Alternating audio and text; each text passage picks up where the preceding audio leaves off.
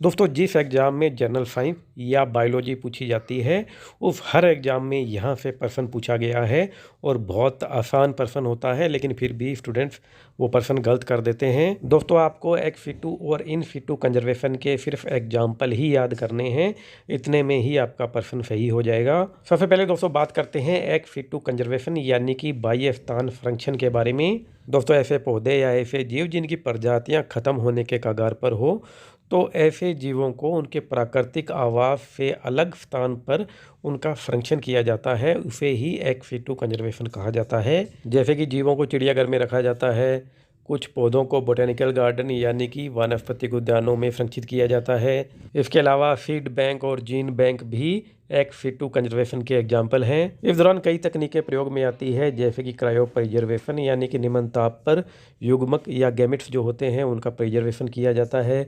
इसके अलावा tissue culture का प्रयोग किया जाता है। इन विट्रो फर्टिलाइजेशन का भी प्रयोग जीवों व जंतुओं की संकटग्रस्त जो स्पीसीज होती है उनको बचाने में होता है।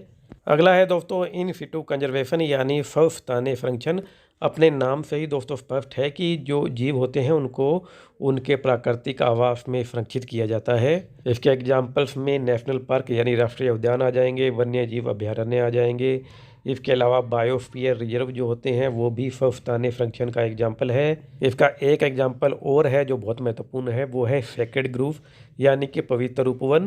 दोस्तों कुछ ऐसे स्थान होते हैं जहाँ पर प्रकृति की पूजा की जाती है, वहाँ पर जो पौधे व वन्य जीव हैं वो सुरक्षित रहते हैं।